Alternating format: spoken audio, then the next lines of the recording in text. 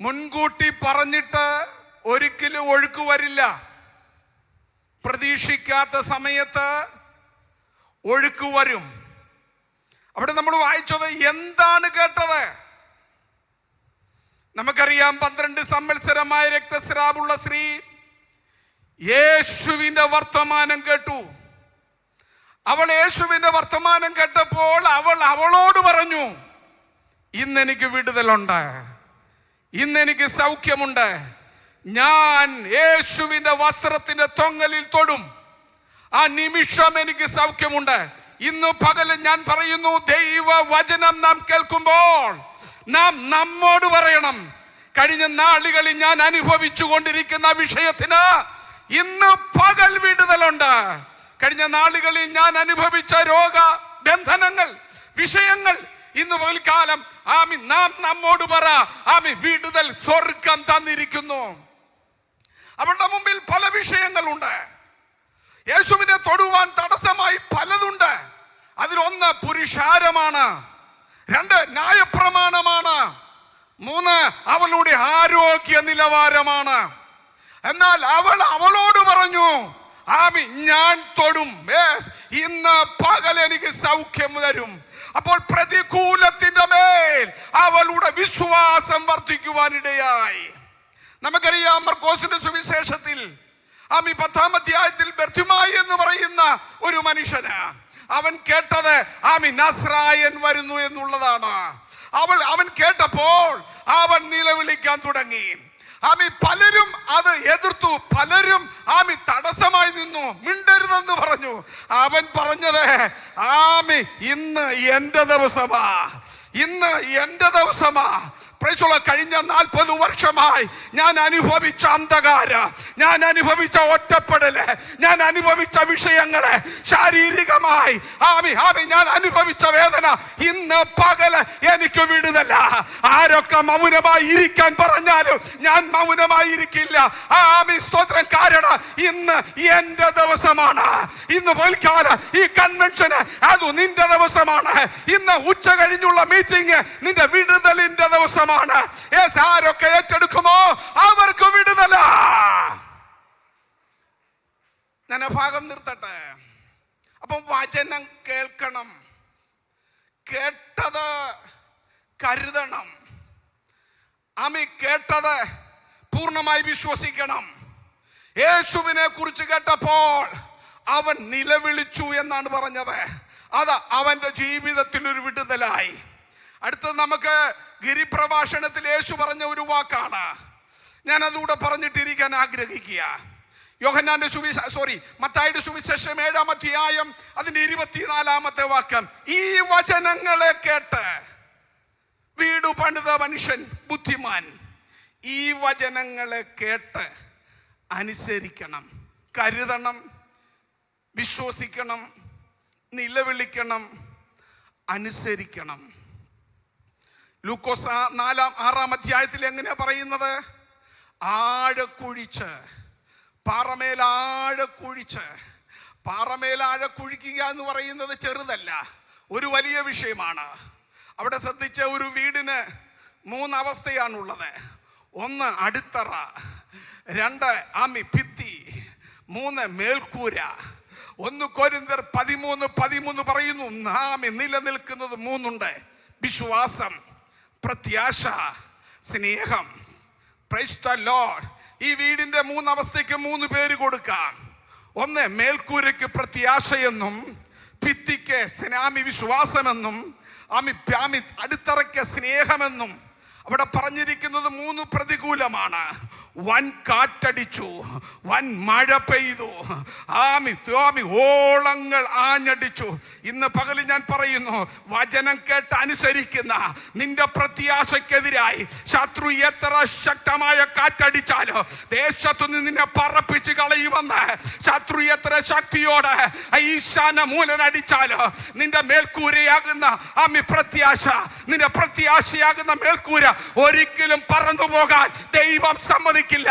എന്നെ കേൾക്കുന്ന ദൈവദാസന്മാരെ, നിന്റെ ശുശ്രൂഷയെ ഇല്ലാതാക്കുന്ന ഒന്ന് മാറി മറ്റൊന്നായി നിനക്കെതിരായി, നിന്റെ മേൽക്കൂരക്കെതിരായി, നിന്റെ പ്രത്യാശക്കെതിരായി കാറ്റ് എത്ര ശക്തമായി അടിച്ചാലും ക്രിസ്തുവാകുന്ന പാറമേൽ ആഴക്കുഴിച്ച് വീട് പണിത ബുദ്ധിയുള്ള മനുഷ്യ, നിന്റെ പ്രത്യാശ പോയി പോകുവാൻ അവൻ സമ്മതിക്കില്ല.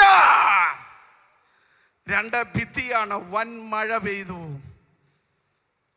നിന്റെ വിശ്വാസത്തെ തണുപ്പിക്കാൻ, നിന്നെ ഒറ്റപ്പെടുത്താൻ, കൂട്ടായ്മ നഷ്ടമാക്കാൻ ശത്രു പരിശ്രമിക്കും. പക്ഷേ നിന്നെ ഒറ്റപ്പെടുത്താൻ ഒരു ശക്തിക്കും കഴിയില്ല.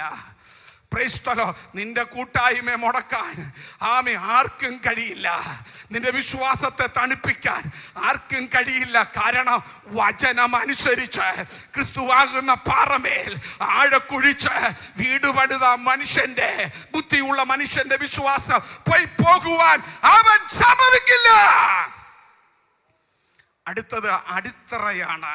ലൂക്കോസ് പറയുന്നത് ഒഴുക്കുണ്ടായി എന്നാണ്. ഒഴുക്കുണ്ടായി നമ്മൾ വായിച്ചത് അതില്ലേ, വല്ലപ്പോഴും ഒഴുകിപ്പോകാതിരിക്കേണ്ടതിന്. നമുക്കറിയാം കുട്ടനാട് ദേശത്ത് മഴ പെയ്യുമ്പോൾ, വെള്ളം പൊങ്ങുമ്പോൾ, ഓളമടിക്കുമ്പോൾ അടിത്തറയുടെ കല്ലിളകും. സ്നേഹത്തിൻ്റെ കല്ലിളക്കി കളയുവാൻ, സ്നേഹത്തിൻ്റെ കല്ലിളക്കി കളയുവാൻ ശക്തമായി ഒഴുക്ക് വരുമ്പോൾ, ഇന്നു പകൽക്കാലം പറയുന്നു, ക്രിസ്തുവാകുന്ന പാറമേ വീട് പണിത മനുഷ്യ, വചനം അനുസരിക്കുന്ന ദൈവത്തിന്റെ പൈതലെ, നിന്റെ സ്നേഹം പോയി പോകുവാൻ, നിന്റെ സ്നേഹത്തിന്റെ കല്ലിളകുവാൻ ദൈവം സമ്മതിക്കയില്ല. വിശ്വസിക്കുന്ന ദൈവമക്കൾ ദൈവത്തെ സ്തുതിച്ചാട്ടെ. ഹല്ലേലൂയ. അതുകൊണ്ട് വല്ലപ്പോഴും ഒഴുകി പോകാതിരിക്കേണ്ടതിന് കേട്ടത് അധികം ശ്രദ്ധയോടെ. ഞാൻ പറയട്ടെ, ഏറ്റവും കൂടുതൽ ദൈവവചനം കേൾക്കുന്നത് പെന്തക്കോസ്തുകാരാണ്. ഏറ്റവും കൂടുതൽ ദൈവവചനം പ്രസംഗിക്കുന്നത് പെന്തക്കോസ്തുകാരാണ്. ഈ കേൾക്കുന്ന വചനം കരുതണം. വചനത്തിന് മുമ്പിൽ വിശ്വസിക്കണം. ആമേൻ, ആമേൻ, നിലവിളിക്കണം. 4, അനുസരിക്കണം. കർത്താവ് നമ്മെ സഹായിക്കട്ടെ. 3 ദൈവദാസന്മാരാണ് എനിക്ക് പിൻപിലുള്ള ദൈവവചനം ശുശ്രൂഷിക്കുവാനായി കർത്താവിനാൽ നിയോഗിക്കപ്പെട്ടത്. കർത്താവിൻ്റെ ദാസൻ പാസ്റ്റർ BP കോശി, മഹാരാഷ്ട്ര. ദൈവദാസൻ മുന്നോട്ട് കടന്നു വന്ന് തനിക്ക് അനുവദിച്ച സമയത്തിനുള്ളിൽ ദൈവവചനം ശുശ്രൂഷിക്കും. അതിനായി ദൈവദാസനെ ക്ഷണിക്കുന്നു.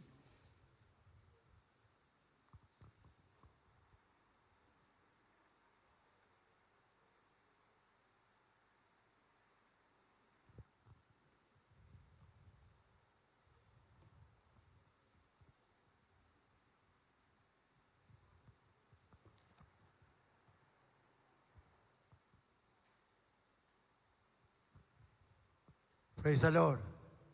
Hallelujah. Hallelujah. കർത്താവിൻ്റെ പരിശുദ്ധ നാമം വാഴ്ത്തപ്പെടുമാറാകട്ടെ.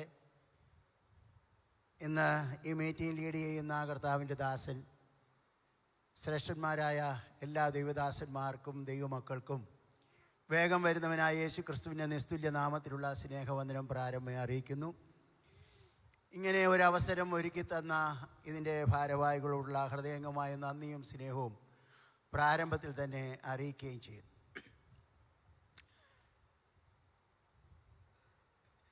ഇന്നത്തെ അല്പനേരത്തെ ചിന്തയ്ക്കായിട്ട് ആവർത്തന പുസ്തകം 33-ാം അധ്യായത്തിൻ്റെ 23, 24, 25 വാക്യം ഒന്ന് വായിക്കാം. അപ്പോൾ തന്നെ ഉൽപ്പത്തി പുസ്തകം 49-ാം അധ്യായത്തിൻ്റെ 20-ാം വാക്യം. Deuteronomy chapter 33 verse 24 and 25 and Genesis 14 and 20.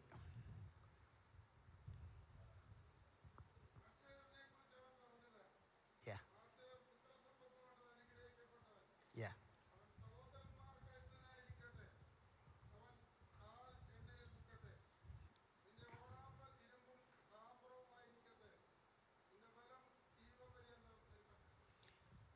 ഉൽപ്പത്തി പുസ്തകം അതിൻ്റെ 49-ന്റെ 20-ാം വാക്യം കൂടെ.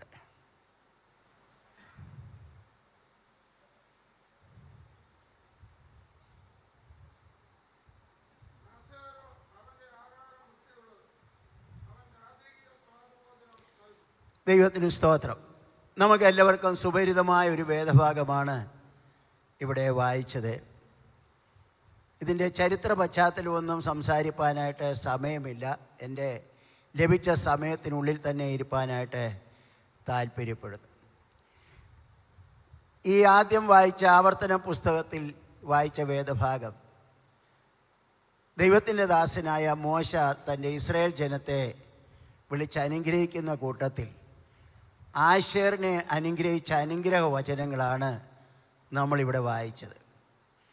ഉൽപ്പത്തി പുസ്തകത്തിൽ നാം വായിച്ചത് തൻ്റെ പിതാവായ യാക്കോബ് മക്കളെ വിളിച്ച് അനുഗ്രഹിച്ച കൂട്ടത്തിൽ ആശേറിന് കൊടുത്ത അനുഗ്രഹ വചനമാണ് നാം ഉൽപ്പത്തി പുസ്തകത്തിൽ വായിച്ചത്.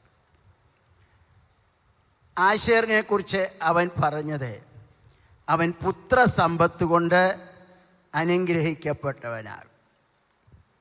സന്താനലബ്ധി എന്ന് പറയുന്നത് ദൈവം മനുഷ്യർക്ക് വെച്ചിരിക്കുന്ന ശ്രേഷ്ഠമായ അനുഗ്രഹത്തിലൊന്നാണ്. യഹോവയായ ദൈവം മനുഷ്യനെ സൃഷ്ടിച്ചിട്ട് പറഞ്ഞു, നിങ്ങൾ ഭൂമിയിൽ പെറ്റുപെരുകാനാണ് ദൈവത്തിൻ്റെ വചനത്തിൽ നാം വായിക്കുന്നത്. സന്താനങ്ങളെ ലഭിച്ചവർ വളരെ അനുഗ്രഹിക്കപ്പെട്ടവരാണ്. അപ്പോൾ തന്നെ ഏറിയ നാളുകളായി വിവാഹ ജീവിതത്തിൽ പ്രവേശിച്ചവർ മക്കളെ ലഭിക്കാതെ വരുമ്പോൾ അവർക്ക് അതിൻ്റേതായ മാനസിക പ്രയാസങ്ങളും സംഘർഷങ്ങളും വേദനകളും അതേ അപമാനങ്ങളും ഒക്കെ സഹിച്ചുകൊണ്ടാണ് ഈ ലോകത്തിൽ ജീവിക്കുന്നത്. എന്നാൽ ദൈവവചനം പറയുന്നു, ആശേറിനെ കുറിച്ച് പറഞ്ഞ് നിങ്ങൾ പുത്രസമ്പത്ത് കൊണ്ട് അനുഗ്രഹിക്കപ്പെട്ടവരാണ്. ഇവിടെ ഇരിക്കുന്ന ഓരോ ദൈവമക്കൾക്കും ഓരോ ദൈവദാസന്മാർക്കും ആത്മീയ പുത്രസമ്പത്തുകളെ ജനിപ്പിക്കുവാൻ കഴിയുന്നതാണ് ശുശ്രൂഷയുടെ ജീവിതത്തിലെ ഏറ്റവും വലിയ ഭാഗ്യമെന്ന് പറയുന്നത്. പ്രത്യേകിച്ച് വടക്കേ ഇന്ത്യയിലുള്ള ദൈവദാസന്മാർ, ഇവിടെ കേരളത്തിൻ്റെ വിവിധ സ്ഥലങ്ങളിൽ ശുശ്രൂഷിക്കുന്ന ദൈവദാസന്മാരും ദൈവമക്കളും ആയിരിക്കുമ്പോൾ ആത്മീയ പുത്രസമ്പത്തുകളെ ജനിപ്പിക്കുക എന്ന് പറയുന്നത് വലിയ അനുഗ്രഹമാണ്. ഞാൻ മഹാരാഷ്ട്രയിൽ മുംബൈയിലാണ് ശുശ്രൂഷിക്കുന്നത്. കഴിഞ്ഞ 44 വർഷമായിട്ട് മുംബൈയിൽ പാർക്കുന്നു. 32 വർഷത്തിലധികമായി ഷാരോൻ്റെ ഒരു ശുശ്രൂഷകനായിട്ട് തുടരുകയാണ്. ആത്മീയ സന്താനലബ്ധി ഓരോ ദൈവമക്കൾക്കും ഓരോ ദൈവദാസന്മാർക്കും ഉണ്ടാകുക. അനേക വർഷങ്ങൾ ഒരു സ്ഥലത്ത് പ്രവർത്തിച്ചിട്ട് പലപ്പോഴും അതില്ലാതെ വരുമ്പോൾ ഉള്ള വേദനയും പ്രയാസവും ദുഃഖവും വളരെയാണ്. വളരെ വർഷങ്ങളായി പ്രവർത്തിച്ചിട്ടും ഒരു ആത്മീയ സന്താനത്തെ ലഭിക്കാതെ വരുമ്പോൾ വളരെ വേദനാജനകമായ അനുഭവങ്ങൾ ഉണ്ടാകാറുണ്ടെങ്കിലും പ്രാർത്ഥിച്ചു മുന്നേറുന്ന ഒരു ദൈവവൈതലിനെ സംബന്ധിച്ചിടത്തോളം ദൈവം തൻ്റെ പ്രവൃത്തി അവിടെ വെളിപ്പെടുവാനിടയായിത്തീരും. പ്രാർത്ഥനയിൽ കൂടെ അല്ലാതെ നമുക്കൊന്നും ചെയ്യുവാൻ കഴിയത്തില്ല. പ്രവർത്തിക്കുന്നവൻ ദൈവമാണ്. മാനുഷ്യ ബുദ്ധി കൊണ്ടോ മാനുഷ്യ ചിന്താഗതികൾ കൊണ്ടോ വചന പാണ്ഡിത്യം കൊണ്ടോ അല്ലെങ്കിൽ ഡിഗ്രി കൊണ്ടോ ഒന്നും നമുക്ക് പ്രവർത്തിക്കുവാനോ ജയിക്കുവാനോ കഴിയത്തില്ല. ചില ആത്മാക്കളെ നേടണമെങ്കിൽ, ചില പുത്രസമ്പത്തുകൾ ദൈവമക്കളെ നമുക്കുണ്ടാകണമെങ്കിൽ വിശ്വാസത്തോടെ പ്രാർത്ഥിക്കുകയും പ്രവർത്തിക്കുകയും ചെയ്യുമ്പോൾ ദൈവം തൻ്റെ സമയത്ത് ദൈവത്തിൻ്റെ പ്രവൃത്തി അയക്കുക തന്നെ ചെയ്യും. ദൈവത്തിന് സ്തോത്രം. നമ്മുടെ ഓരോരുത്തരുടെയും ജീവിതത്തിൽ അങ്ങനെയുള്ള അനുഭവങ്ങളാണ്. പലവിധ വിഷയങ്ങളുടെ മുഖത്ത് ഭാരപ്പെട്ടുകൊണ്ടിരിക്കുമ്പോൾ, വേദനിച്ചു കൊണ്ടിരിക്കുമ്പോൾ, നിരാശപ്പെട്ടിരിക്കുമ്പോൾ, പലപ്പോഴും എന്ത് ചെയ്യണം അറിയാതെ അതേ വളരെയധികം വേദനയോടെ ദുഃഖത്തോടെ ആയിരിക്കുമ്പോഴും പ്രാർത്ഥിക്കുമ്പോൾ അതിന്റെ മറുപടി തക്ക സമയത്ത് ദൈവം നമുക്ക് തരുവാനിടയായിത്തീരും. ദൈവം നമുക്ക് ഉദ്ധാരങ്ങളുടെ ദൈവമാണ്. നീക്കുപോക്കുകളെല്ലാം അവന്റെ പക്കൽ ഉള്ളത് കൊണ്ട് വിഷമിക്കുന്ന, പ്രതിസന്ധിയിലായിരിക്കുന്ന, വേദനിച്ചിരിക്കുന്ന, രോഗത്തിലായിരിക്കുന്ന, അതേ കഷ്ടതയിൽ കൂടെ കടന്നു പോകുന്ന ഓരോ ദൈവമൈതലിന്റെയും ജീവിതത്തിന്റെ വിജയം എന്ന് പറയുന്നത് മുട്ടിമേൽ നിന്ന് പ്രാർത്ഥിക്കുക, ദൈവകൃപ പ്രാപിക്കുക. ദൈവം തക്ക സമയത്ത് നമുക്ക് വേണ്ടി പ്രവർത്തിക്കുവാനിടയായിത്തീരും. ഹല്ലേലൂയ. അവൻ പുത്രസമ്പത്ത് കൊണ്ട് അനുഗ്രഹിക്കപ്പെട്ടവനാകും. ഹല്ലേലൂയ. ആകയാൽ ഈ ദിവസങ്ങളിൽ പൗലോസ് പറയുന്നു, ഞാനല്ലോ സുവിശേഷത്താൽ നിന്നെ ജനിപ്പിച്ചത്. ജീവൻ കൊടുക്കുന്ന ദൈവത്തിന്റെ വചനത്താൽ, ദൈവത്തിന്റെ അതേ ആ ദൈവിക പ്രമാണത്താൽ, ദൈവിക വചനത്താൽ, സത്യ അനുഭവത്തിൽ കൂടെ അനേകരെ നേടുവാൻ നമുക്ക് ഈ ദിവസങ്ങളിൽ കഴിയുമെങ്കിൽ അതാണ് ദൈവസന്നിധി നമുക്ക് കാഴ്ചവെക്കുവാൻ കഴിയുന്നത്. ഈ ലോകത്തിൽ എന്ത് നേടിയാലും, ഈ ലോകത്തിൽ എന്തെല്ലാം അനുഭവങ്ങൾ നമ്മൾ പ്രാപിച്ചെടുത്താലും, ഈ ലോകത്തിൽ കുറെ അതേ സമ്പാദ്യങ്ങൾ നേടിയാലും അത് അവിടെ കൊണ്ടുപോകാൻ കഴിയത്തില്ല. എന്നാൽ ഹല്ലേലൂയ, ദൈവസന്നിധി നേടുന്ന ഓരോ ആത്മാവാണ് നമുക്ക് ഏറ്റവും വിലപ്പെട്ടത്. ദൈവസന്നിധി കാഴ്ചവെക്കുവാൻ കഴിയുന്ന ദൈവത്തിന് സ്തോത്രം. ഈ ദിവസങ്ങൾ നമ്മൾ അത് കേട്ടുകൊണ്ടിരിക്കുന്ന വചനം പങ്കുവെക്കലാണ്. സുവിശേഷ നിമിത്തം നാം അനേകരോട് ഈ സത്യവചനം ഘോഷിക്കുമ്പോൾ, വചനം സംസാരിക്കുമ്പോൾ, വചനം നമ്മളെ അത് അറിയിക്കുമ്പോൾ അനേക ജീവിതങ്ങൾ കർത്താവിനെ അറിയുവാൻ, കർത്താവിൻ്റെ സന്നിധിയിലേക്ക് കടന്നു വരുവാൻ ഇടയായിത്തീരും. ദൈവത്തിന് സ്തോത്രം. അതുകൊണ്ട് ഈ ദിവസങ്ങളിൽ ജീവൻ കൊടുക്കുന്ന ദൈവത്തിൻ്റെ വചനത്താൽ ചിലരെ പുത്രന്മാരെ ജനിപ്പിക്കുവാൻ നമുക്ക് ഓരോരുത്തർക്കും കഴിയട്ടെ. അതിനുള്ള പ്രാർത്ഥനയായിരിക്കണം ഈ ദിവസങ്ങളിൽ നമുക്ക് ഓരോരുത്തർക്കും ഉണ്ടാകേണ്ട. ദൈവത്തിന് സ്തോത്രം.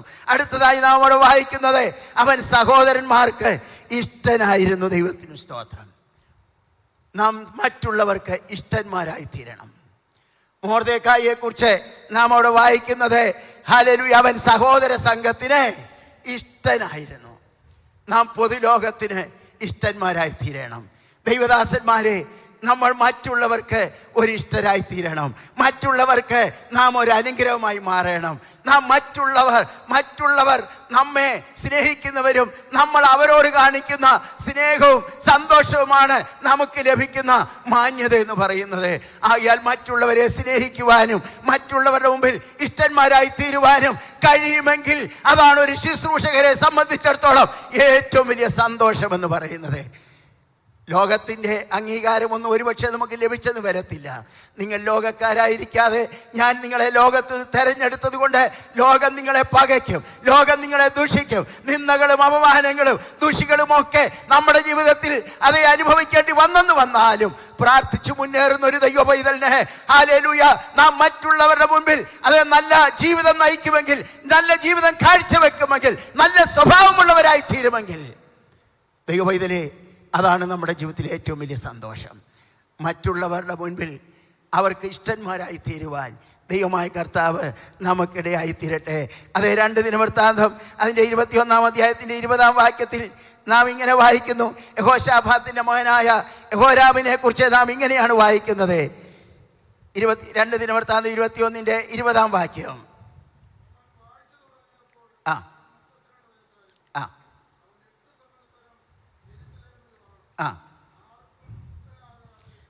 നോക്കിക്കേ, യഹോരാം രാജ്യത്വം ഏറ്റെടുത്ത ശേഷം അവൻ ഭരണം തുടങ്ങി. അധികാരം ലഭിച്ചു കഴിഞ്ഞപ്പോൾ അവൻ എന്താ ചെയ്തത്? അവൻ എന്ത് ചെയ്തു? പുരോഹിതന്മാരെയും ഒന്നുകൂടെ 32 വയസ്സുള്ളവൻ വാണു. അതിൻ്റെ 4-ാം വാക്യം ഒന്ന് വായിക്കാമോ പാസ്റ്റേ? അതിൻ്റെ 4-ാം വാക്യം.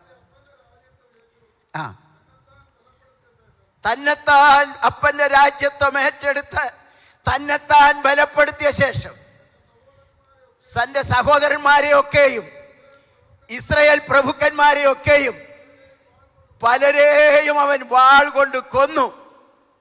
നോക്കിക്കേ, അപ്പന്റെ രാജ്യത്വം ഏറ്റെടുത്ത് അധികാരം ലഭിച്ചു കഴിഞ്ഞപ്പോൾ, സിംഹാസനം ലഭിച്ചു കഴിഞ്ഞപ്പോൾ, അംശവടി ലഭിച്ചു കഴിഞ്ഞപ്പോൾ, രാജകീയ വസ്ത്രം ലഭിച്ചു കഴിഞ്ഞപ്പോൾ അവൻ എന്ത് ചെയ്തു? തന്നെത്താനൊന്ന് ബലപ്പെടുത്തി. ഞാനിപ്പോൾ ഏതാണ്ടാണെന്നുള്ള മനോഭാവം, എനിക്ക് എന്തും ചെയ്യുവാൻ കഴിയുമെന്നുള്ള മനോഭാവം, ഞാനിപ്പോൾ രാജപദവിയിൽ വന്നിരിക്കുന്നു എന്നുള്ള മനോഭാവം. ഹല്ലേലൂയ. അവൻ എന്താ ചെയ്തത്? അവൻ പലരെയും ഇസ്രായേൽ പ്രഭുക്കന്മാരെയും വാളുകൊണ്ട് കൊന്നു. ഈ നാളുകളിൽ അക്ഷരീയമായ വാളല്ല നമ്മൾ ഉപയോഗിക്കുന്നതെങ്കിലും നാവെന്ന വാളുകൊണ്ട് എത്ര പേരെ മുറിപ്പെടുത്തുന്നുണ്ട്, എത്ര പേർക്ക് നാം വേദന വരുത്തുന്നുണ്ട്, എത്ര പേർക്ക് നമ്മൾ വിഷമസന്ധി വരുത്തിയിട്ടുണ്ട്. നമ്മുടെ സഭകളിലായിക്കോട്ടെ, ചുറ്റുപാടുകളിലായിക്കോട്ടെ, സഹോദരവർഗങ്ങളുടെ ഇടയിലായിക്കോട്ടെ, നാം ആയിരിക്കുന്ന ഇടങ്ങളിൽ എത്ര പേർക്ക് നാം ഒരു വേദനാസന്ധി പ്രയാസമായി മാറിയിട്ടുണ്ട്. നമ്മുടെ നാവ്, നമ്മുടെ വാക്ക് മറ്റുള്ളവർക്ക് വേദന ഉളവാക്കിയിട്ടുണ്ടോ? മറ്റുള്ളവർക്ക് ഭാരമുളവാക്കിയിട്ടുണ്ടോ? ഇന്ന് പകൽക്കാലം ദൈവമക്കളെ നാം ഒന്ന് ചിന്തിക്കണം. എൻ്റെ ജീവിതം കൊണ്ട്, എൻ്റെ സംസാരം കൊണ്ട്, എൻ്റെ പ്രവൃത്തി കൊണ്ട്, എൻ്റെ സ്ഥാനമാനങ്ങൾ കൊണ്ട് ഞാൻ മറ്റുള്ളവർക്കൊരു വേദനയാണോ? ഞാൻ മറ്റുള്ളവർക്കൊരു ഭാരമാണോ? ഞാൻ മറ്റുള്ളവർക്ക് പ്രയാസം വരുത്തുന്നുണ്ടോ? ഞാൻ മറ്റുള്ളവർക്ക് ദുഃഖം വരുത്തുന്നുണ്ടോ? യഹോരാം തന്നെത്താനൊന്ന് ബലപ്പെടുത്തി. ഏതാണ്ടൊക്കെ ഭാവം തൻ്റെ ജീവിതത്തിൽ വന്നപ്പോൾ അവൻ സഹോദരന്മാരെയും ഇസ്രായേൽ പ്രഭുക്കന്മാരെയും വാളുകൊണ്ട് കൊന്നു. ഈ ദിവസങ്ങളിൽ നാം മറ്റുള്ളവർക്ക് ഇഷ്ടനായി തീരണമെങ്കിൽ ദൈവവൈതലേ, നമ്മുടെ പ്രവൃത്തിയും നമ്മുടെ സഹകരണവും നമ്മുടെ ചിന്താഗതികളും നമ്മുടെ മനോഭാവങ്ങളും എല്ലാം ദൈവത്തിന് പ്രസാദകരമായിരിക്കണം. ദൈവത്തിന് പ്രസാദകരമല്ലാത്തതെന്തെങ്കിലും നമ്മുടെ ജീവിതത്തിൽ കടന്നു വരുന്നുണ്ടെങ്കിൽ അത് ദൈവവൈതലേ മറ്റുള്ളവർക്കും ഇഷ്ടക്കേടായിട്ട് മാറും. അതുകൊണ്ട് നമുക്ക് ലഭിച്ചിരിക്കുന്ന സ്ഥാനങ്ങളോ മാനങ്ങളോ, നമുക്ക് ലഭിച്ചിരിക്കുന്ന അവസരങ്ങളോ, നമുക്ക് ലഭിച്ചിരിക്കുന്നത് എന്തുവായാലും മറ്റുള്ളവരുടെ അനുഗ്രഹത്തിനും മറ്റുള്ളവരുടെ നന്മയ്ക്കും മറ്റുള്ളവരുടെ സന്തോഷത്തിനും മറ്റുള്ളവരുടെ ഉദ്ധാരണത്തിനും മറ്റുള്ളവരുടെ സഹായത്തിനും ആയിരിക്കണം എന്നുള്ള കാര്യം ഇന്ന് പകൽക്കാലം നാം മറന്നു പോകരുത്. എങ്കിൽ മാത്രമേ നാം മറ്റുള്ളവർക്ക് ഇഷ്ടന്മാരായി തീരുവാനിടയാകുകയുള്ളൂ. അടുത്തത് ഞാൻ ഓടിച്ചു പോകട്ടെ. താഴോട്ട് വരുമ്പോൾ അവൻ തൻ്റെ കാല് എണ്ണയിൽ മുക്കട്ടെ. വിശുദ്ധന്മാരുടെ തലയിൽ എണ്ണയുടെ അഭിഷേകമുണ്ട്. എൻ്റെ തലയെ അവൻ എണ്ണ കൊണ്ട് അഭിഷേകം ചെയ്യുന്നു. സഭാപ്രസംഗി വായിക്കും, നിന്റെ തലയിൽ എണ്ണ കുറയാതിരിക്കട്ടെ. കഴിഞ്ഞ ദിവസങ്ങളിലൊക്കെ അഭിഷേകത്തെക്കുറിച്ച്, അഭിഷേകത്തിൻ്റെ തൈലത്തെക്കുറിച്ചൊക്കെ ദൈവദാസന്മാർ വളരെ അധികം ശക്തമായി നമ്മോട് സംസാരിച്ചു കൊണ്ടിരുന്നു. എന്നാൽ ഇവിടെ പറയുന്നത് അഭിഷേകം പ്രാപിച്ച ദൈവമക്കളുടെ കാലൂടെ എണ്ണയിൽ മുക്കണം. ഹല്ലേലൂയ. പരിശുദ്ധാത്മാവാകുന്ന എണ്ണയിൽ തല മാത്രമല്ല നമ്മുടെ കാലൂടെ മുക്കിയെങ്കിൽ മാത്രമേ നമ്മുടെ നടപ്പ് ക്രമീകരിക്കുവാൻ കഴിയത്തുള്ളൂ. ആത്മാവിനെ അനുസരിച്ച് നടപ്പീൻ, എന്നാൽ ജഡത്തിൻ്റെ മോഹം നിവർത്തിക്കത്തില്ല. ഈ ദിവസങ്ങളിൽ പരിശുദ്ധാത്മാവിനെ പ്രാപിച്ച ദൈവവൈതലെ, ആത്മനിറവ് പ്രാപിച്ച അഭിഷേകത്തിൻ്റെ തൈലം തലയിൽ പ്രാപിച്ച ദൈവവൈതലിൻ്റെ നടപ്പൂടെ ക്രമീകരണം വരുത്തണം. നിന്റെ നടപ്പ്, ദാവീദ് പറയുമ്പോൾ എൻ്റെ നടപ്പ് അവൻ്റെ ചുവടുകളിൽ തന്നെയായിരുന്നു, അതുകൊണ്ട് എൻ്റെ കാൽ വഴുതി പോയില്ല. ഈ ദിവസങ്ങളിൽ നാം മറ്റുള്ളവർക്ക് ഇഷ്ടന്മാരായി തീരണമെങ്കിൽ നമ്മുടെ നടപ്പൂടെ ക്രമീകരിക്കണം, നമ്മുടെ കാലെണ്ണയിൽ മുക്കണം. എങ്കിൽ മാത്രമേ മറ്റുള്ളവർക്ക് ഒരനുഗ്രഹമായി മാറുകയുള്ളൂ. ഹല്ലേലൂയ, ഹല്ലേലൂയ, ഹല്ലേലൂയ. നമ്മൾ അഭിഷേകം പ്രാപിച്ചവരാ, അന്യഭാഷ പറയുന്നവരാ, കാര്യമൊക്കെ ശരിയാ. പക്ഷേ നമ്മുടെ ഇഷ്ടത്തിന് പോകുകയല്ല ഒരു ദൈവവൈതലിൻ്റെ കടമ, ഒരു ദൈവദാസൻ്റെ കടമ. ഹല്ലേലൂയ. ഞായറാഴ്ച വരുമ്പോൾ അതെ നല്ല അനുഭവമായിരിക്കാം. ബാക്കിയുള്ള ദിവസങ്ങൾ നമ്മുടെ നേതാക്കന്മാരൊന്നും നമ്മളെ വാച്ച് ചെയ്യുന്നില്ല. അതേ സെൻട്രൽ പാസ്റ്ററോ റീജിയൻ പാസ്റ്ററോ സെക്ഷൻ പാസ്റ്ററോ ഒന്നും നമ്മളെ ചിലപ്പോൾ കണ്ടെന്ന് വരത്തില്ല. വിശ്വാസി സമൂഹം നമ്മളെ കണ്ടെന്ന് വരത്തില്ല. ഹല്ലേലൂയ. അതേ മറ്റുള്ളവരൊന്നും അറിഞ്ഞെന്ന് വരത്തില്ല. നമ്മൾ മറ്റുള്ള സമയങ്ങളിലൊക്കെ നമ്മുടെ പ്രവൃത്തിയും നമ്മുടെ ജീവിതവും നമ്മുടെ നടപ്പും നമ്മുടെ സംസാരവും നമ്മുടെ സ്വഭാവങ്ങളും എങ്ങനെ ഇരിക്കുന്നുവെന്ന് ഇന്ന് പകൽക്കാലം തന്നെ ഒന്ന് ശോധന ചെയ്യുവാനിടയാകണം. നാം മറ്റുള്ളവരെ ശോധന ചെയ്യണ്ട, മറ്റുള്ളവരുടെ മേൽ വിരൽ ചൂണ്ടണ്ട. നമുക്ക് നമ്മോട് തന്നെ ഒന്ന് ചോദിക്കാം, കർത്താവേ, എൻ്റെ കാല് എണ്ണയിൽ മുക്കിയിട്ടുണ്ടോ? എൻ്റെ കാല് അഭിഷേകത്തിൻ്റെ എണ്ണയിലാണോ എൻ്റെ കാല് മുങ്ങിയിരിക്കുന്നത്? എൻ്റെ നടപ്പ്, എൻ്റെ പ്രവൃത്തി, എൻ്റെ ചിന്താഗതികൾ, എൻ്റെ എല്ലാ അനുഭവങ്ങളും കർത്താവേ നിനക്ക് പ്രസാദകരമാണോ എന്ന് ഇന്ന് പകൽക്കാലം ഒന്ന് ശോധന ചെയ്യുവാൻ ഇടയായി തീരട്ടെ. ഹല്ലേലൂയ. പരിശുദ്ധാത്മാവാകുന്ന എണ്ണയിൽ നമ്മുടെ കാൽ മുക്കുന്നുവെങ്കിൽ ആത്മാവിനെ അനുസരിച്ച് നടപ്പാനും ദൈവത്തെ പ്രസാദിപ്പിച്ചുകൊണ്ട് മുന്നേറുവാനും നമുക്കിടയായി തീരും. ദൈവത്തിന് സ്തോത്രം. ഹല്ലേലൂയ. അതെ, ഓരോ ദിവസവും നമ്മുടെ നടപ്പ് എങ്ങനെ ഇരിക്കുന്നു? അടുത്ത വാക്യം നാം വായിക്കുമ്പോൾ, നിന്റെ ഓടാമ്പൽ ഇരുമ്പും താമ്രവും കൊണ്ടുള്ളതായിരിക്കട്ടെ. നിന്റെ ഓടാമ്പൽ ഇരുമ്പും താമ്രവും കൊണ്ടുള്ളതായിരിക്കണം. എന്താണ് അവിടെ നാം അർത്ഥമാക്കുന്നത്? എന്താണ് നിന്റെ ഓടാമ്പൽ എന്നുള്ള വാക്കിൻ്റെ അർത്ഥം? ഇംഗ്ലീഷിൽ നാം ചപ്പൽ എന്നാണ് വായിക്കുന്നത്. സാൻഡൽ, ഷൂസ് എന്നീ പദമാണ് ഉപയോഗിക്കുന്നത്. ഹിന്ദിയിലാണെങ്കിൽ ജൂത്തെ എന്നാണ് ഉപയോഗിക്കുന്നത്. നിന്റെ ചെരുപ്പ് ഇരുമ്പും താമ്രവും കൊണ്ടുള്ളതായിരിക്കണം. ഹല്ലേലൂയ. എണ്ണയിൽ കാൽ മുക്കുന്ന ഒരു ദൈവ പൈതലിനെ ധരിക്കാനുള്ളതാണ് ഈ ഷൂസ് എന്ന് പറയുന്നത്, ഈ ചെരുപ്പ് എന്ന് പറയുന്നത്. ഹല്ലേലൂയ. ദൈവ പൈതലേ, എണ്ണയിൽ കാൽ മുക്കിയ വ്യക്തികളെ എങ്ങനെ നടക്കുവാനല്ല, നമുക്ക് ധരിക്കുവാനുള്ള ഷൂസ് ദൈവവചനത്തിൽ കൂടെ നമുക്ക് കാണുന്നുണ്ട്. ഹല്ലേലൂയ.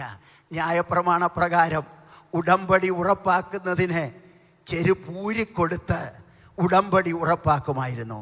എന്നാൽ പുതിയ നിയമവചനത്തിലേക്ക് കടന്നു വരുമ്പോൾ മാനസാന്തരപ്പെട്ട് സുബോധം വന്നു മടങ്ങി വരുന്ന പുത്രനെ സ്നേഹനിധിയായ പിതാവ് ചെരുപ്പിടിയിക്കുന്നതാണ് നമുക്ക് കാണുവാൻ കഴിയുന്നത്. Hallelujah, hallelujah. ഈ ദിവസങ്ങളിൽ നമ്മുടെ സ്വർഗ്ഗ പിതാവ് നമ്മുടെ ജീവിതത്തിലെ കുറവുകളെല്ലാം ക്ഷമിച്ച് മടങ്ങി വരുവാൻ ആഗ്രഹിക്കുമെങ്കിൽ, ഒരു പുത്തൻ അനുഭവത്തിലേക്ക് മടങ്ങി വരുമെങ്കിൽ, ഒരു പുതു ജീവിതത്തിലേക്ക് മടങ്ങി വരുമെങ്കിൽ, നമ്മുടെ തെറ്റിനെ കുറിച്ച് അനുതപിച്ച് നാം മടങ്ങി വരുമെങ്കിൽ, നമ്മെ സ്നേഹിക്കുന്ന, നമ്മെ സ്വീകരിക്കുന്ന അതേ ഭവനത്തിലേക്ക് കൈക്കൊള്ളുന്ന ഒരു പിതാവ് നമുക്ക് വേണ്ടി കാത്തിരിക്കുന്നു. Hallelujah, hallelujah. ഞാൻ ഈ മറ്റുള്ള ദൈവദാസന്മാരെ പോലെ നിങ്ങളൊന്ന് സ്തോത്രം പറഞ്ഞ് ഒന്ന് സ്തുതി പോടിക്കേ എന്നൊന്നും പറയുന്ന ഒരു സ്വഭാവം ഞാൻ എടുക്കാറില്ല. ദൈവത്തിൻ്റെ വചനം ഹൃദയത്തിൽ ക്രിയ ചെയ്യുമ്പോൾ, അത് പ്രചോദനമായി മാറുമ്പോൾ സ്വയം സ്തോത്രവും ഹല്ലേലൂയയും പറയണം. നിർബന്ധിച്ച് കൈ പൊക്കിച്ച് പോയിച്ച് വിശ്വാസിയുടെയും പാസ്റ്റർമാരുടെയും കൈ വേദനിപ്പിക്കുന്ന അല്ലാതെ ഒരാത്മാർത്ഥതയും അതിനകത്തില്ലെന്ന് വിശ്വസിക്കുന്ന ഒരു വ്യക്തിയാണ് ഞാൻ. നമ്മുടെ ഉള്ളത്തിൽ ദൈവത്തിൻ്റെ വചനം ക്രിയ ചെയ്യുമ്പോൾ, അത് കൊത്തുകൊള്ളുമ്പോൾ, അത് മാനസാന്തരത്തിലേക്കും, അത് വിടുതലിലേക്കും, അത് അനുഗ്രഹത്തിലേക്കും, അത് സ്തോത്രത്തിലേക്കും, അത് ഹല്ലേലൂയയിലേക്കും, ദൈവത്തിന് സ്തുതി കരേറ്റുന്ന ഒരനുഭവത്തിലേക്കും പരിശുദ്ധാത്മാവ് നമ്മെ നടത്തും. ദൈവത്തിൻ്റെ ദാസന്മാർ നിർബന്ധിച്ച് എത്ര നേരം നിങ്ങളെ അത് ഇളക്കിക്കൊണ്ടിരിക്കാൻ പറ്റും? എത്ര നേരം ജാക്കി വെച്ച് ഉയർത്തിക്കൊണ്ടിരിക്കാൻ പറ്റും? സ്തോത്രം പറഞ്ഞാട്ടെ, ഒന്നുകൂടെ പറഞ്ഞാട്ടെ, ഉറക്കെ പറഞ്ഞാട്ടെ, ശക്തമായിട്ട് പറഞ്ഞാട്ടെ. പാഷ് പറയുന്നതുകൊണ്ട് അവരൊക്കെ പറഞ്ഞെന്നിരിക്കും, പക്ഷേ ഹൃദയം എപ്പോഴും എവിടെ ഇരിക്കുക? അങ്ങനല്ല. ദൈവസന്നിധിയിൽ വരുന്ന ഓരോ ദൈവ പൈതലിനും നമുക്കൊരു സന്തോഷമുണ്ട്. ദൈവസന്നിധിയിൽ അവൻ്റെ സന്നിധിയിലെ സന്തോഷം നമ്മുടെ ബലമാണ്. ഇന്ന് പകൽക്കാലം സന്തോഷം അനുഭവിക്കുന്ന ദൈവമക്കൾ, സ്തുതിയുടെയും സ്തോത്രത്തിൻ്റെയും ശബ്ദം അതേ നമ്മുടെ നാവിൽ നിന്ന് ഉയർന്നുകൊണ്ടിരിക്കും. ആരും പറയണ്ട, പരപ്രേരണ കൂടാതെ അവർ ദൈവത്തെ ആരാധിച്ചു കൊണ്ടിരിക്കും, അവർ ദൈവത്തിന് സ്തുതി കരേറ്റിക്കൊണ്ടിരിക്കും. അതുകൊണ്ട് ഈ ദിവസങ്ങളിൽ സ്തോത്രത്തിൻ്റെയും സ്തുതിയുടെയും ശബ്ദം നീതിമാന്മാരുടെ കൂടാരങ്ങളിൽ നിന്ന് ഉയർന്നുകൊണ്ടിരിക്കട്ടെ. അതാണ് നമ്മുടെ ബലമെന്ന് പറയുന്നത്. ഹല്ലേലൂയ. എനിക്കറിയാം, ആഹാരം കഴിക്കുമ്പോൾ ഇച്ചിരി ക്ഷീണമുണ്ടാകും, ചിലപ്പോൾ മയക്കമൊക്കെ വരും, ഉറക്കമൊക്കെ വരും. ഉറങ്ങിയാലും അത് അനുഗ്രഹമായി മാറണം. നമ്മൾ ഉറങ്ങിയാലും അതെന്താകണം? ഒരനുഗ്രഹമായി മാറണം. ഒരിക്കലും വീട്ടിൽ എല്ലാ കൺവെൻഷനും സഹോദരിയാണ് പോകുന്നത്. ഒരു ദിവസം സഹോദരി പറഞ്ഞു ഇന്ന് അച്ചാൻ പോകണം. പക്ഷെ ഒരു കാര്യമുണ്ട്, പ്രസംഗിക്കുന്ന വിഷയം എന്താണെന്ന് ഇവിടെ വന്ന് ഇതിനോട് പറയണം. അച്ചാൻ ഒരുങ്ങി കെട്ടി അവിടെ വന്ന് പഴയ കമ്പ് കുഴിച്ചിട്ട് പന്തലിടുന്ന ഒരു കൺവെൻഷനായിരുന്നു. ഇപ്പോഴത്തെ പോലെ കോൺക്രീറ്റ് ഒന്നും അല്ലായിരുന്നു. അച്ചാനൊരു കാലിൻ്റെ ചോട്ടി വന്നിരുന്നു. ഇങ്ങനെ അച്ചാന് ക്ഷീണം, പകലത്തെ അധ്വാനം, ക്ഷീണം, പ്രയാസം, ഉറക്കാൻ തുടങ്ങി. അച്ചാന് ഉറങ്ങി വന്ന് എഴുന്നേറ്റപ്പോൾ കേട്ട ഒരു വാക്ക് ഇത്രയേ ഉള്ളൂ: അവർ വരുന്നു. അപ്പം അദ്ദേഹത്തിൻ്റെ വീട്ടിലേക്ക് ചില കള്ളന്മാർ വരിക രാത്രിയിൽ. അദ്ദേഹം ഇങ്ങനെ ഉരുവിട്ടുകൊണ്ടിരിക്കുക. സഹോദരിയോട് പറയണമല്ലോ എന്തോ അവിടെ പ്രസംഗം കേട്ടത്. കുറച്ചു നേരം കഴിഞ്ഞപ്പോൾ അദ്ദേഹം അച്ചാനെ ഞെട്ടി ഉണർന്നപ്പോൾ കേൾക്കുന്നത് അവർ ഇരിക്കുന്നു. പിന്നെയും ഉറക്കം കഴിഞ്ഞ് അച്ചാൻ ഞെട്ടി ഉണർന്ന് കേട്ടപ്പം പ്രഭാഷണം ദൈവദാസൻ പറയുന്നത് അവർ പോകുന്നു. അപ്പോൾ അവർ വരുന്നു, അവർ ഇരിക്കുന്നു, അവർ പോകുന്നു. വീട്ടിൽ വന്നപ്പോൾ സഹോദരി ഉറക്കം പിടിച്ചു. അച്ഛൻ ഇങ്ങനെ രാത്രിയിൽ ഇങ്ങനെ ഉരുവിട്ടുകൊണ്ടിരിക്കുക. വീട്ടിൽ ബഹളം ഉണ്ടാക്കണ്ടല്ലോ, വിഷയം പറയണമല്ലോ. അപ്പോൾ അച്ഛൻ ഇങ്ങനെ ഉരുവിട്ടുകൊണ്ടിരിക്കുമ്പോൾ അദ്ദേഹത്തിൻ്റെ വീടിനെ ലക്ഷ്യമാക്കി 2-3 കള്ളന്മാർ വരിക. അപ്പോൾ കുറച്ച് ദൂരെ നിന്ന് വന്നപ്പോൾ അവിടെ എന്തോ ഒരു ശബ്ദം കേൾക്കുന്നു വീടിനകത്ത്. അവരിങ്ങനെ ശ്രദ്ധിച്ചപ്പോൾ അവർ പറയുക, അതുകൊണ്ട് അവർ വരുന്നു എന്നുള്ള ശബ്ദം അവർ കേൾക്കുന്നേ. എന്നാൽ നമുക്ക് ഉടനെ കയറാൻ പറ്റത്തില്ല. അവർ ഉണർന്നിരിക്കുക എന്ന് പറഞ്ഞ് എന്ത് ചെയ്തു, അവിടെ ഇച്ചിരി നേരം അവരിരുന്ന് കഴിഞ്ഞപ്പോൾ അടുത്ത ശബ്ദം, അവർ ഇരിക്കുന്നു. അവർക്ക് മനസ്സിലായി ഇനിയിപ്പം കക്കാനൊന്നും പറ്റത്തില്ല, അതുകൊണ്ട് എന്ത് ചെയ്യാം, നമുക്ക് പോകാം.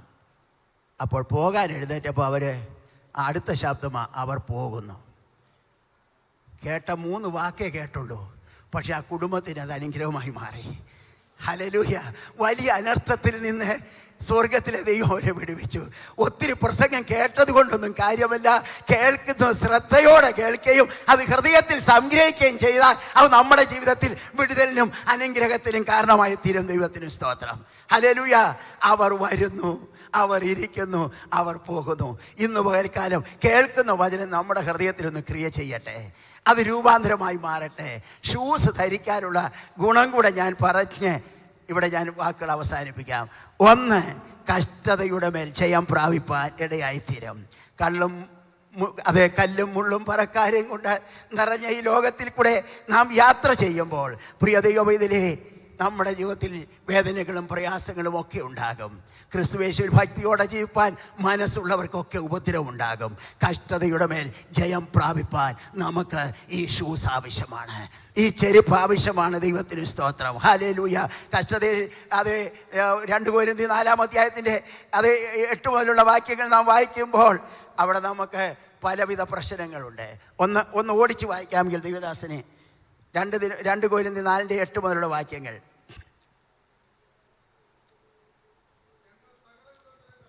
ഞങ്ങൾ സകല വിധത്തിലും കഷ്ടം സഹിക്കുന്നുവെങ്കിൽ ഇടുങ്ങിയിരിക്കുന്നില്ല, ബുദ്ധിമുട്ടുന്നവരെങ്കിലും നിരാശപ്പെടുന്നില്ല, ഉപദ്രവം അനുഭവിക്കുന്നവരെങ്കിലും ഉപേക്ഷിക്കപ്പെടുന്നില്ല, വീണ് കിടക്കുന്നവരെങ്കിലും നശിച്ചു പോകുന്നില്ല. യേശുവിൻ്റെ ജീവൻ നമ്മളിൽ പകർന്നിരിക്കുന്നത് കൊണ്ട് പ്രിയ ദൈവമൈതലേ, കഷ്ടതയുടെ മേൽ കഷ്ടത നമുക്കുണ്ട്. ഹല്ലേലൂയ. അപമാനമുണ്ട്, വീഴ്ചയുണ്ട്, താഴ്ചകളുണ്ട്, വേദനകളുണ്ട്, ദുഃഖങ്ങളുണ്ട്. എന്നാൽ തകർന്നു പോകാതിരിക്കുന്നത് ദൈവത്തിൻ്റെ ജീവൻ, കർത്താവിൻ്റെ ജീവൻ നമ്മളിലേക്ക് പകർത്തപ്പെടുന്നത് കൊണ്ടാണ്. ഈ ജീവൻ നൽകുന്ന ദൈവത്തിന്റെ വചനത്താലാണ് അവൻ നമ്മളെ ഓരോ ദിവസവും ജീവിപ്പിച്ചുകൊണ്ടിരിക്കുന്നത്. ആത്മാവിന്റെ ശക്തിയാലാണ് നാം ഓരോ ദിവസവും ജീവിച്ചുകൊണ്ടിരിക്കുന്നത്. അതുകൊണ്ട് ഈ ദിവസങ്ങളിൽ കഷ്ടതയുടെ മേൽ ജയം പ്രാപിപ്പാൻ ഇടയായിത്തീരട്ടെ. 2, പാപത്തിൻ്റെ മേൽ ജയം പ്രാപിപ്പാൻ നമുക്കിടയായിത്തീരും. ഈ ഷൂസ് ധരിച്ചാൽ പാപത്തിൻ്റെ മേൽ ജയം. ഹല്ലേലൂയ. അതേ, അവിടെ നാം സങ്കീർത്തനത്തിൽ നാം വായിക്കുന്നുണ്ടല്ലോ, നാശകരമായ കുഴിയിൽ നിന്നും കുഴഞ്ഞ ചേറ്റിൽ നിന്നും അവൻ നമ്മളെ കയറ്റി. ക്രിസ്തുവാകുന്ന പാറമേൽ നമ്മളെ ഉറപ്പിച്ച് നിർത്തിയിരിക്കുന്നു. ആകയാൽ ഈ ദിവസങ്ങളിൽ നമ്മുടെ പാദങ്ങളിൽ അതേ മാലിന്യം പറ്റാതിരിപ്പാൻ, പാപത്തിൻ്റെ മേൽ അതേ ജയം പ്രാപിപ്പാൻ ഈ ഷൂസ് നമുക്ക് ആവശ്യമായിരിക്കുന്നു. 3, ശത്രുവിൻ്റെ മേൽ ജയം പ്രാപിപ്പാൻ ഈ ഷൂസ് ആവശ്യമാണ്. പാമ്പുകളെയും തേളുകളെയും ശത്രുവിൻ്റെ സകല ബലത്തെയും ചവിട്ടുവാനുള്ള അധികാരം ഞാൻ നിങ്ങൾക്ക് തന്നിരിക്കുന്നു. ഈ ഷൂസ് ധരിക്കുന്ന വ്യക്തിക്ക് ശത്രുവിൻ്റെ മേൽ ജയം പ്രാപിപ്പാൻ, പാമ്പുകളെയും തേളുകളെയും ചവിട്ടുവാനുള്ള ഒരു ശക്തി, ഒരു ബലം, അതിന് ഒരു കഴിവ്, ഒരു കൃപ ദൈവം അവൻ്റെ മേൽ പകർന്നിരിക്കുക. ഈ ഷൂസ് ധരിച്ചാൽ ശത്രുവിൻ്റെ മേൽ ജയം പ്രാപിപ്പാനിടയായിത്തീരും. അത് 4, ഈ ചെരുപ്പ് സുവിശേഷീകരണത്തിനായിട്ട് അതേ ഉപയോഗിക്കുവാനിടയായിത്തീരും. നമുക്കറിയാമല്ലോ, സുവിശേഷീകരണത്തിനായുള്ള ഒരുക്കം കാലിന് ചെരുപ്പാക്കി. ഹല്ലേലൂയ. നാം നെടുകയും കുറുകയും ദൈവത്തിൻ്റെ വചനവുമായി കടന്നു പോകുമ്പോൾ ജീവിതത്തിൽ കഷ്ടതയുടെ മേലും പാപത്തിൻ്റെ മേലും ജയം പ്രാപിച്ചുകൊണ്ട് ഈ സുവിശേഷം അതിൻ്റെ ഉള്ള അളവിൽ നമുക്ക് എത്തിക്കുവാൻ കഴിയണമെങ്കിൽ നാം ജയാളിയാകണം. നാം ജയാളിയായെങ്കിൽ മാത്രമേ നമുക്ക് ഈ സുവിശേഷം എത്തിക്കൊണ്ട് കടന്നുപോയി മറ്റുള്ളവരോട് സുവിശേഷം പറയുവാൻ കഴിയത്തുള്ളൂ. അവർ നോക്കുന്നു നമ്മൾ ആരാണ്, നമ്മളെങ്ങനെയാണ് ജീവിക്കുന്നത്, നാം ആരാണെന്നുള്ളത് മറ്റുള്ളവർ നമ്മെ വാച്ച് ചെയ്തുകൊണ്ടിരിക്കുക.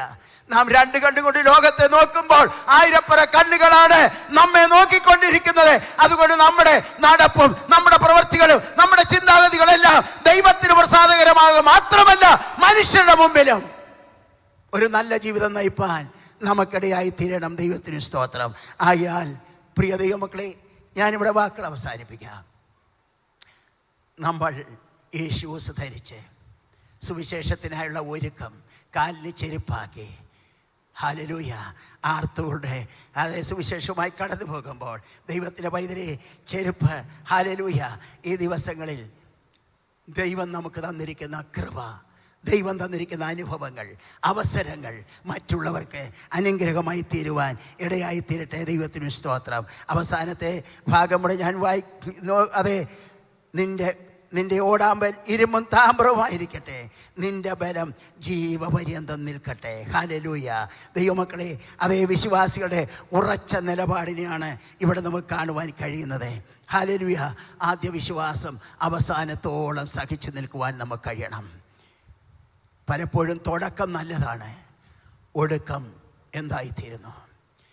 നമ്മുടെ എത്ര ആവേശമായിരുന്നു, ഇറങ്ങിത്തിരിച്ച കാലങ്ങളിൽ എന്ത് സന്തോഷമായിരുന്നു, എന്ത് ആവേശമായിരുന്നു. എൻ്റെ വീട് റാന്നിയില. കിലോമീറ്റർ ദൂരത്തിൽ രാത്രിയാമങ്ങളിൽ കൺവെൻഷനൊക്കെ ചൂട്ടുകെട്ടും കെട്ടിക്കൊണ്ട് പോകും. കിലോമീറ്റർ ദൂരം നടന്ന് മടങ്ങി വരുമ്പം ചൂട്ടുകെട്ടിയും കത്തിച്ചോണ്ടാണ് വരുന്നത്. വലിയ ആവേശമായിരുന്നു, വലിയ സന്തോഷമായിരുന്നു, വലിയ ആനന്ദമായിരുന്നു. ഇപ്പം നമുക്ക് നടക്കാനൊന്നും പറ്റത്തില്ല. ഇന്ന് നമുക്ക് കാറും വണ്ടിയും എല്ലാം ഉണ്ട്.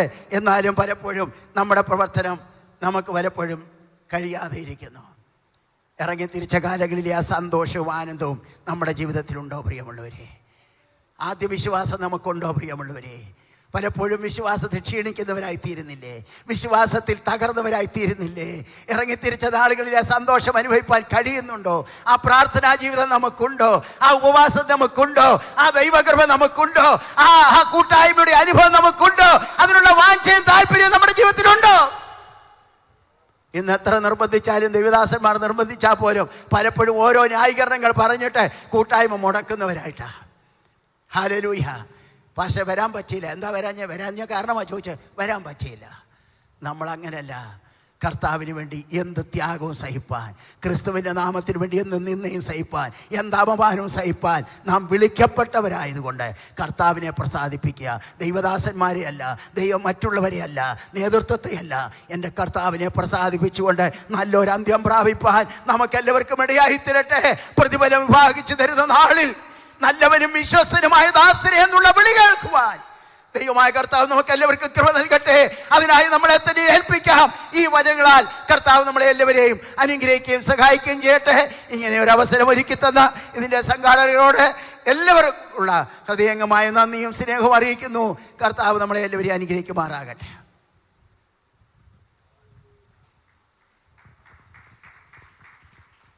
വളരെ അനുഗ്രഹിക്കപ്പെട്ട ദൈവത്തിൻ്റെ ആലോചന കർത്തൃദാസിലൂടെ നമുക്ക് കേട്ടല്ലോ. നമ്മുടെ കരമുയർത്തൊരു ഹല്ലേലൂയ പറഞ്ഞാട്ടെ.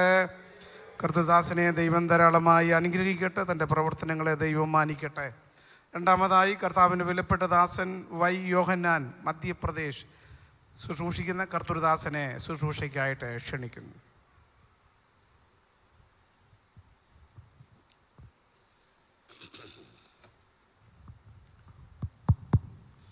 കർത്താവിൻ്റെ വലിയ നാമത്തിന് നന്ദിയോടെ സ്തോത്രം ചെയ്യുന്നു.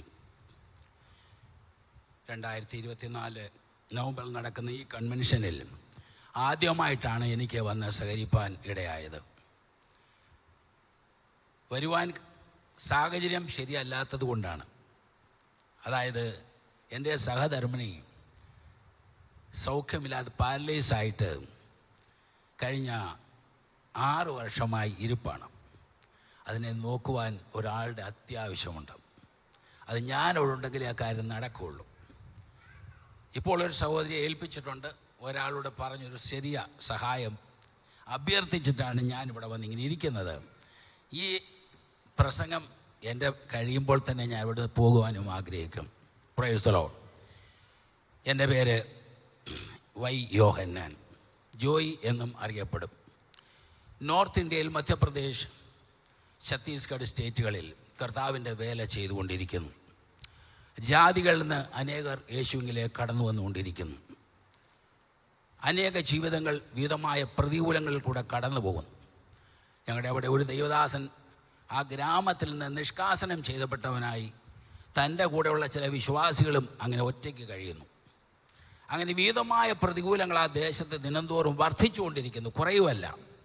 ഇന്ന് അനേക സ്ഥലങ്ങളിൽ ആരാധന നടക്കുവാൻ കഴിയാതിരിക്കുന്നു. ദൈവദാസന്മാരെ പോലീസ് സ്റ്റേഷനിൽ വിളിച്ച് നിങ്ങളൊരു വീട്ടിലും പോകരുത്, നിങ്ങളിവിടെ ആരും വരരുത് എന്ന് സ്ട്രിക്റ്റായിട്ട് പറഞ്ഞു വച്ചിരിക്കുകയാണ്. അവർ പറയുന്നത് നിങ്ങളുടെ രക്ഷയ്ക്ക് വേണ്ടിയിട്ടാണ്. ഈ RSSകാരും ഒക്കെ വന്ന് നിങ്ങളെ ഉപദ്രവിച്ചാൽ നിങ്ങൾ അകത്തായിപ്പോവും. ഇങ്ങനെ പറഞ്ഞവരെ വിവിധ രീതിയിലുള്ള മൈൻഡിനെ നിരുത്സാഹപ്പെടുത്തി ഇങ്ങനെ വെച്ചിരിക്കുകയാണ്. അതുകൊണ്ട് ഇന്ന് വലിയ കഷ്ടത്തിൽ കൂടാണ് കടന്നു പോകുന്നത്. നിങ്ങളെല്ലാവരും പ്രതിയാൽ പ്രാർത്ഥിക്കുക. കഴിഞ്ഞ 5 ദിവസമായിട്ട് ദൈവത്തിൻ്റെ വചനം ശക്തിയോടെ ഇവിടെ ഘോഷിച്ചുകൊണ്ടിരിക്കുകയാണ്. ആമേൻ. ഒരു മടങ്ങി വരവിനെ കുറിച്ചാണ് സംസാരിച്ചുകൊണ്ടിരിക്കുന്നത്. ഈ ദിവസങ്ങളിൽ ദൈവവചനം കേട്ടവരെല്ലാം കണീശം മടങ്ങി വന്ന് കാണും, ഇല്ലെങ്കിൽ വരാൻ പോകുന്നുമില്ല. Praise the Lord. എന്തുകൊണ്ട് മടങ്ങി വരണം? കർത്താവിൻ്റെ വരവ് അടുത്തിരിക്കും. കർത്താവിൻ്റെ വരവാണ് നമ്മുടെ ലക്ഷ്യം. ദൈവത്തിൻ്റെ വചനത്തിൽ നിന്ന് അല്പസമയം ദൈവത്തിൻ്റെ വചനം ലൂക്കോസിൻ്റെ സുവിശേഷം 12-ാം അധ്യായം 47-ാം വാക്യം ഒന്ന് വായിച്ച് സഹായിക്കണം. ലൂക്കോസിൻ്റെ സുവിശേഷം 12-ാം അധ്യായം.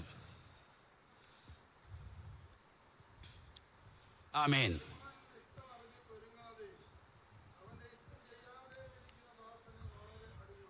ആമേൻ. യജമാനൻ്റെ ഇഷ്ടം അറിഞ്ഞിട്ട് ഒരുങ്ങാതെയും ഇഷ്ടം ചെയ്യാതെയും ഇരിക്കുന്ന ദാസന് എന്തോ കിട്ടും? വളരെ അടികൊള്ളും. Praise the Lord. നമ്മുടെ കർത്താവായ യജമാനൻ നമ്മെ പല കാര്യങ്ങളും ഏൽപ്പിച്ചിരിക്കുകയാണ്. ഏൽപ്പിച്ചിട്ടിന്ന് ദേശത്തിൻ്റെ നാനാഭാഗങ്ങളിലേക്ക് അയച്ചിരിക്കുന്നു. എന്നാൽ നമ്മെക്കുറിച്ച് കർത്താവിനൊരു വലിയ പ്ലാനുണ്ട്. നമ്മെക്കുറിച്ചൊരു വലിയ ഉദ്ദേശമുണ്ട്. ആമേൻ. ഒരു വലിയ ഇഷ്ടമുണ്ട്. ആ ഇഷ്ടം എന്താണെന്ന് ഞാൻ നിങ്ങളോട് സംസാരിക്കാൻ ആഗ്രഹിക്കുന്നു. നമ്മൾ വെറും ചെറിയവരല്ല, വിലപിടിപ്പുള്ളവരാണ്. യോഹന്നാന്റെ സുവിശേഷം 6-ാം അധ്യായം 39-ാം വാക്യത്തിൽ അവൻ്റെ ഒരു ഇഷ്ടത്തെക്കുറിച്ച് സംസാരിക്കുന്നുണ്ട്. 6:39.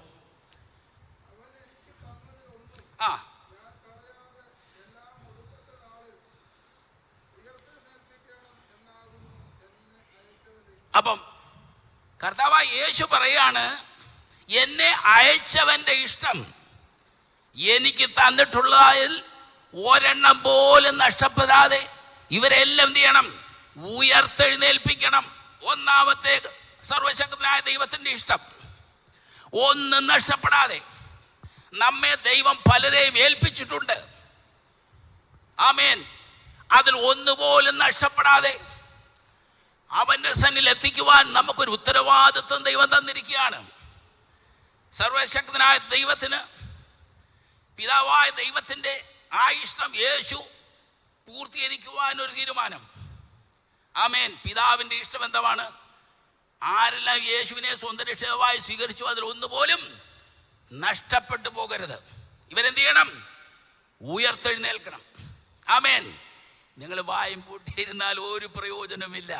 നിങ്ങളോടൊന്ന് സഹകരിച്ചാൽ എനിക്ക് മനസ്സിലാകും, നിങ്ങൾക്ക് മനസ്സിലായിക്കൊണ്ടിരിക്കുന്നത്. ഹല്ലേലൂയ. ഒരു സ്തോത്രം ഒന്ന് പറഞ്ഞേ. നമ്മൾ എന്തിനിവിടെ വന്നു? നമ്മൾ കാഴ്ചക്കാരായിരിക്കാനാണോ വന്നത്? ആമേൻ. യാക്കോബിന്റെ ലേഖനം 1:22 പ്രകാരം വായിക്കുന്നു, വചനം കേൾക്ക മാത്രമല്ല കേട്ട് ചതിക്കുന്നവർ ചതിവിലകപ്പെടാതെ.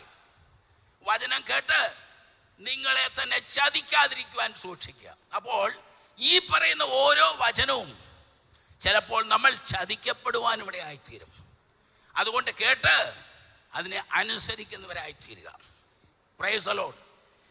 കർത്താവായ യേശു ക്രിസ്തു ഈ ഭൂമിയിലായിരുന്നപ്പോൾ ശിഷ്യന്മാർ വിവിധമായ പ്രതികൂലങ്ങളിലൂടെ കടന്നുപോയപ്പോൾ അവരുടെ ജീവിതത്തിൽ സംശയങ്ങളും നിരാശകളും ഒക്കെ കടന്നു വന്നപ്പോൾ കർത്താവായ യേശു ശിഷ്യന്മാരോട് പറഞ്ഞു, നിങ്ങൾ ഇവിടുത്തുകാരല്ല, ആമേൻ. നിങ്ങൾ ഇവിടുത്തുകാരല്ല. അതിന്റെ 35-ാം വാക്യം ഒന്ന് വായിച്ച്.